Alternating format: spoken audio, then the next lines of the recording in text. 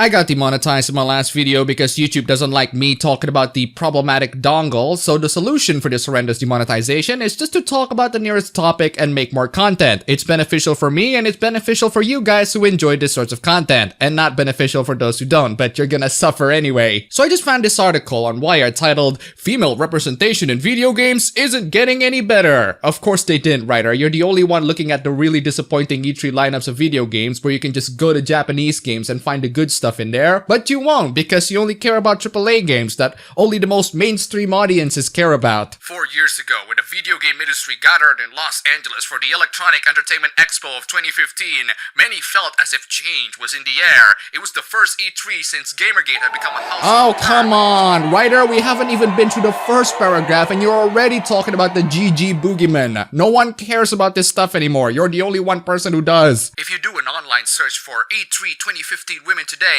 what you'll find is that many did feel that year's expo represented a kind of turning point. New stories celebrated women taking on stronger roles in video games and heralded the rise of women gamers. The writer then referred to some of the announced games with women in them, but no mention of Fire Emblem Fates, where you can play as Corrin. Nier's brand new project, which we later know as Nier Automata, was announced at that time. Then there's Rise of the Tomb Raider, Mirror's Edge Catalyst, just to name a few of the games being announced there. But my question here is, how does all of this really matter, writer? It doesn't really matter what my player character's gender is, as long as the game is actually good. If it makes you comfortable, writer, I try to play as a woman in every opportunity that I can, because I just don't like playing as a man. It gets quite boring, so I play games that let me choose to play as a woman, and otome games too, because I like them 2D boys. I sacrifice my straight cred just for you, writer. This is Pride Month after all. Looking at every game featured at every major E3 press conference for that year, we found out that out of the 76 games featured, only a paltry 7 of them centered female heroes, less than 10%. Meanwhile, more than 3 times as many games, over 30% of the total, centered male heroes.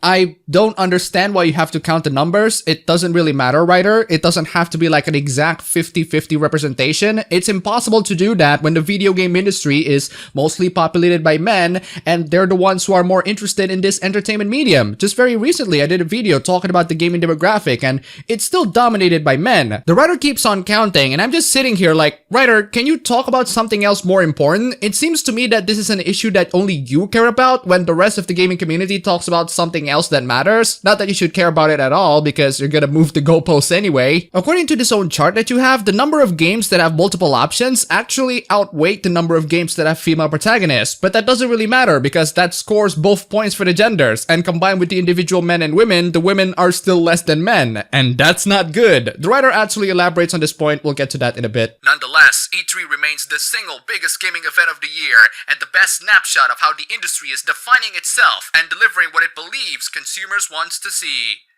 At least there's the point that I agree with, although I wouldn't really say that they're showing the best of the best thing for the industry. A lot of people say that E3 is irrelevant these days, but that's not really true, is it? E3 is pretty much relevant, otherwise people wouldn't come to the show and people wouldn't talk about it, and these big game companies wouldn't come to it. The reason why Sony didn't come to E3 this year is not just because they have their own sorts of direct marketing show, but they just don't have that many games to announce. The games that they announce are the games that we've already seen before. This meme in particular rings true to my overall point. E3 might not be relevant for you, but it is relevant to pretty much the rest of the Western gaming sphere, and I, as someone who talks about the gaming stuff, needs to pay close attention to it. I'm not saying it's a necessity to watch E3, in fact, I'd rather you not watch them live because I'm sure you have other real life to do, but talking about video games is what I do in this channel, and catching up with the latest news is something that I have to do, and E3 is a pretty big event that shows a lot of the game's latest trends, no matter how good or bad it is. It's mostly bad, but we already talked about it. It's true that the number of games in which you either control characters or different genders or get to choose the gender of your hero character significantly outstrip those with established male or female protagonists. And of course, as a general trend, the freedom to choose or create your own character is a welcome one. Oh, please tell me how having options is a bad thing. However, it's fundamentally different from being asked by a game to take on the role and experiences of a specific character. A male player who is more comfortable with experiences that center men can and will simply play as men in games that offer him the choice. Who cares? Yes, a male player can simply play as men, but the opposite is true. Female players can simply play as women. I mean, sure, their experiences don't always reflect to what women typically experience, which...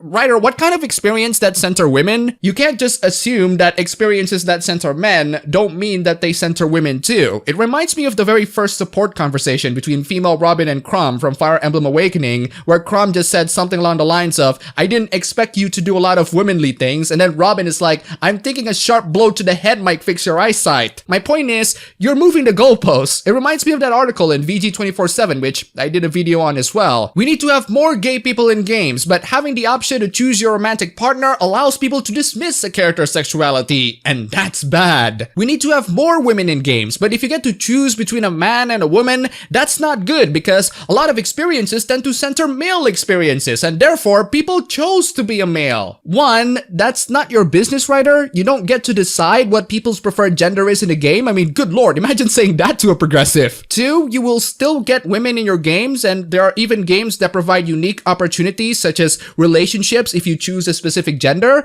Isn't that great? And three, why does it matter if more people prefer to use men over women? You're just a couple of inches in dismissing people's free will because of your own moralistic sensibilities, a very authoritarian thing to do. On the other hand, every player who comes to a game such as Wolfenstein Youngblood must step into the shoes of a female character in order to play. It's also essential to note the raw numbers say nothing whatsoever about the quality of these representation. The mere fact that Youngblood's protagonists are women is no guarantee whatsoever that those representations will be good ones. Ooh, you hear that, Machine Games and Bethesda? The progressives don't really like their Nazi killing game. Games can and often do center women while also reinforcing harmful stereotypes or turning those women into sexual fantasies for the benefit of straight male players. Still, we can hope. Ryder, what's wrong with having women becoming sexual fantasies to the benefit of straight male players? Fictional women, I might add. You are actually trying to control how people should think. This is you dismissing their ability to think for themselves. I mean, God forbid that they have sexual fantasies of fictional characters. More and better representations of women remain an essential part of the change we hope to see in the video game industry, but we can't focus entirely on the games themselves. It's also crucial to look at the actual human beings who represent the industry, who get to come out on stage on E3 and be a face and a voice for what the future of gaming holds. Oh no, she's gonna present the host too. Ryder, do the numbers actually matter when the highlight of the current year E3 is a Japanese game developer from Tango Gameworks? Apparently it doesn't because she's being mocked and infantilized. We shouldn't call Asian women cute, and to highlight a post from Reset Era, she also needs to be deprogrammed. I mean, damn. Finally, a note on combat and violence in games. Okay, Ryder, are you seriously gonna rile up on combat games? Don't get me wrong, Ryder, I'd like to have more non-combat games and female protagonists too. I mean, Persona is long overdue with a new female protagonist. Let me play as Fembren and date the really cute hot boys, and let me suck on Morgana's big fat tails. Anyway, point is, I also want the things that you want, but I don't make it a moral issue. I don't make it a necessity. I don't make it a requirement. If you don't want to do Fembren because, well, apparently it's too much work, that's fine for me, but it's not fine for you. However, we believe that there remains a vast range of unexplored potential for games as a medium, and continue to advocate for a greater percentage of games that explore the possibilities of non-violent gameplay mechanics.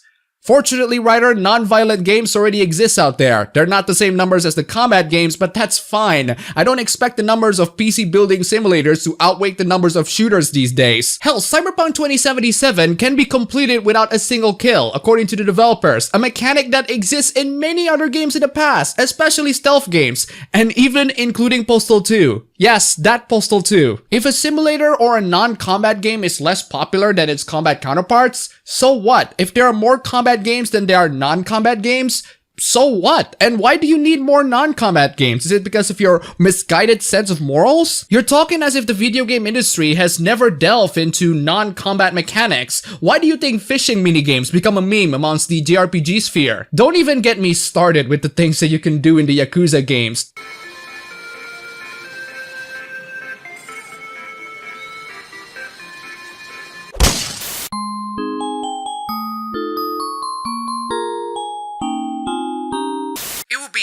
to get disheartened by the lack of significant statistical change we've seen. Okay, writer, hold on a minute. No, it isn't. This is an issue that you yourself are more concerned on than anyone else in this planet. You're the only person who feels disheartened by this, and even so, I doubt that you genuinely feel that way. Our belief in the vast potential of games as a medium remains as strong as ever, as does our appreciation for all the women and other marginalized people who love games and continue to fight for a better, more diverse and inclusive industry. Oh, good lord, this article is so pointless. I mean, who wrote this garbage? No! Okay, to be fair, I knew it was her. It was very blatantly obvious once you read the early paragraphs, but that's really weird, Nita. We used to have a good time mocking you back in the day because you actually make videos that are fun to mock. You used to be fun, now you're just boring and you're writing on freaking Wired instead of making videos on your own channel. I suppose if you become irrelevant in this day and age, your status is downgraded to writing on Wired. Still, it's nice to see that she's still kicking and making some really stupid hot takes, and for those of you who might be wondering what happened to this literally who, well, she's still here and she's still making hot takes, just not on the same platform as she used to. She might not be relevant anymore, but her ideas unfortunately still live in the minds of misguided young adults who seek for acceptance and virtue credits in current year.